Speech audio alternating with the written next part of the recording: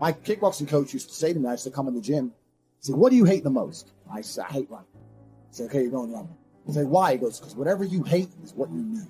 And that's what life's about. You're not going to be able to go through life avoiding pain and also becoming a man of quality. You're going to have to be that guy who's been through so much shit that you can wake up and go, this ain't nothing. This ain't nothing compared to back then. This ain't nothing compared to that time. You know, and if you're not going to be that guy, then you're going to always suffer the consequences of not being that guy. There's pain to become important, and there's pain in not being important. We're living in a comfortable world now where people think, oh, it doesn't matter, it doesn't matter. But you know what? To some degree, it does matter. It does matter, and I'll tell you who it matters to. It matters to your soul, and it matters to God. I stand in the mirror with a pure heart. I know I am the best version of me that could possibly ever exist. I know that God is proud of me. There's nothing that God hates more than sloth and laziness. If God were to create a man, and that man were to sit around and do fuck all, God will frown upon you. It's why you're never lucky. Start to work. Start to show God the beauty of his own creations. You'd be amazed how lucky you are. All these men are out here complaining that things are difficult. The reason it has value is because it's difficult. If it was easy, everyone would have it, and it wouldn't have any value. The fact that it's hard to do is the reason it has a value in the first place. How are you going to complain that it's hard to be the man, but then also understand that being the man has value? They are linked. You cannot separate the two. It's a logic fail. If you love the fact, if you love the idea of being that character you dream of yourself to be, then you should love the fact it's hard to become that man, because it means no one else can do it. This is what I love. I love everything about my life. I know the shit I've been through to become who I am, and I wouldn't trade a second of it. There's a whole generation of men who have been raised without being prepared for war, because that's what life is. It's a war for resource. It's a war for females. It's a war for attention. It's a war for domination. It's war. And as a man, you have to establish yourself in a hierarchy of men. There is a global hierarchy of men. And there are men out there right now who are born with every genetic advantage, and they're 7'2" NBA players made of muscle. And that's life. And there's men out there who are 5'5" and they're not. But that doesn't make a difference. You still have to find a way to fight and compete. If you don't make yourself valuable, you have no value. You have to get up and do it. This is how life works, right? If you even, let's take cars. You're driving at 200 miles an hour. You don't feel it. It's accelerating to 200 miles an hour that you feel. You don't feel once you're doing the speed. You feel the acceleration. It's the acceleration that's exciting. You need to feel the change in your life to benefit from it. Most of the time, you don't feel like doing the things you're supposed to do. But the true masculine frame throughout history was doing the things they didn't want to do, but they knew they had to do because they had honor and duty. That's what honor and duty means. Do you think the men on the Titanic wanted to stay on the fucking Titanic? No, we're men. We have to stay. We're scared, but we must. It's our duty. It's on the other side of fear that you're going to garner the respect of other individuals. You have to do things that they're afraid to do, meaning most likely you are also afraid. I've done a bunch of shit I was afraid. I was afraid 87 times before I got in the ring cage. It's scary. I lived a scary life. But by going through all of that, I am now respected. You have to learn to face your fear. And I'm not saying not be afraid, because that's not brave. If you do something and you're not afraid, you're not brave. You have to be afraid and do it anyway. That's what courage is. So I'm not saying you can be as scared as you want, but you still have to go. You're not going to have a big life that's a calm ocean. You need to learn to just surf the waves and laugh, because most people just collapse under the pressure. Stress tolerance is a massive indicator of how successful you're going to be. When you're young, go out there and get stressed, get upset, have those sleepless nights. At 17, 18, you should be panicking. And that's going to give you a stress tolerance level that allows you to grow into an adult which can handle a big life. The only thing you can actually really truly control is what you think. So why are you not controlling your own mind? It's your asset. It's your ally. It's your friend. Why would you make an enemy out of the only thing you have control over?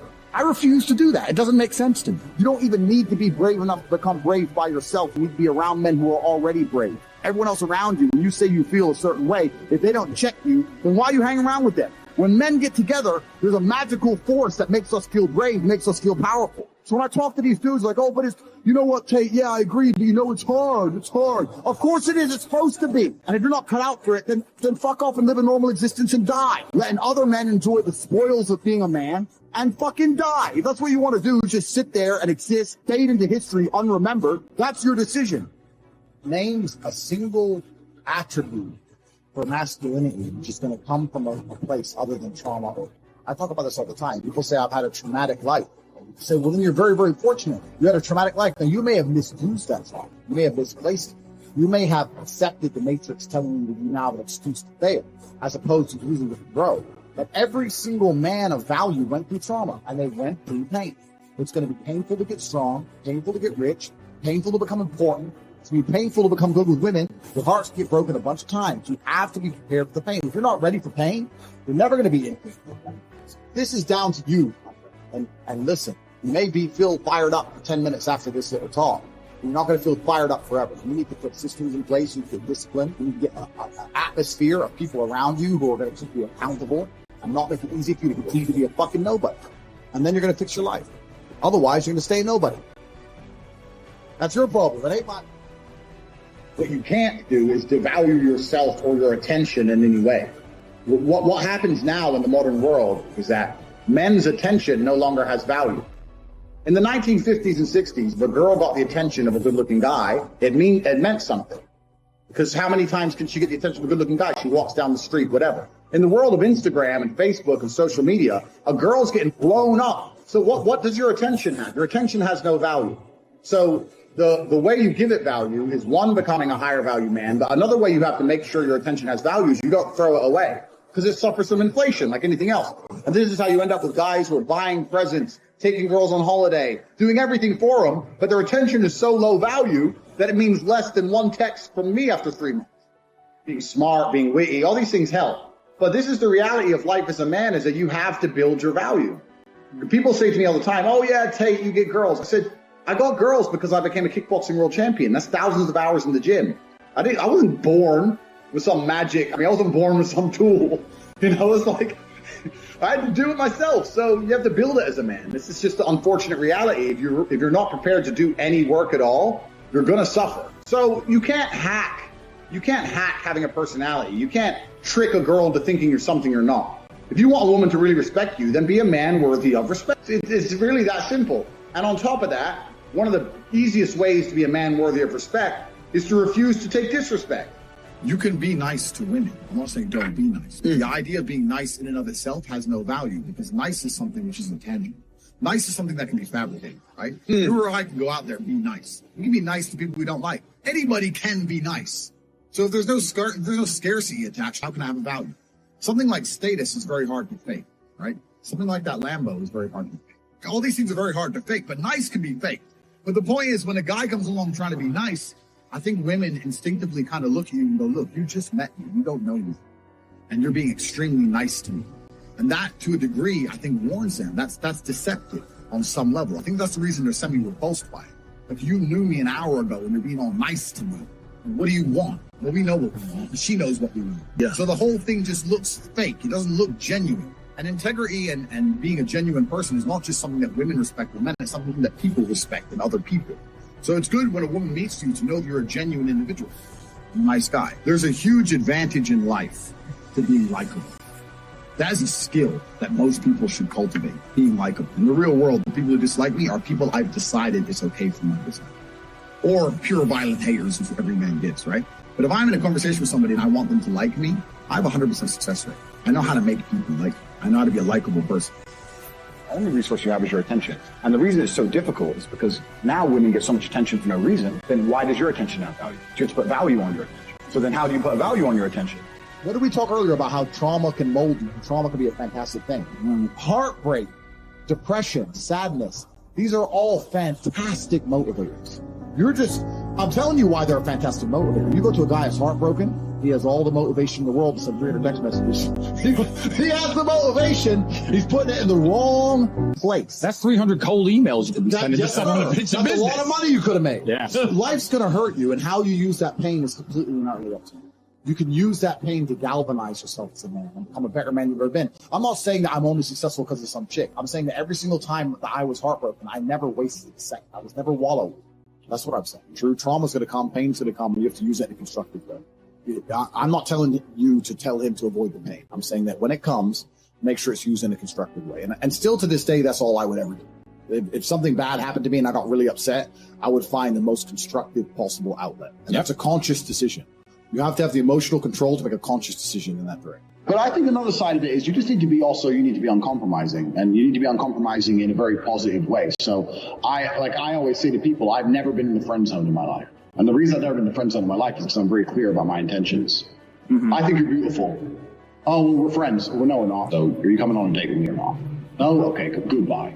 And I think that a lot of the biggest mistakes guys make is they don't believe they can be affirmative as a man without coming across as an asshole or coming across as a jerk or coming across creepy. You can just be affirmative with who you are and be confident with who you are and be clear about your intentions, and you'll be fine. So don't be trying too hard. Now, the reason I get away with such little work is because I put such a high price tag on myself. I am a 4-time kickboxing world champion multimillionaire. So even any female, no matter how beautiful, knows I'm never going to be the guy hitting her up constantly.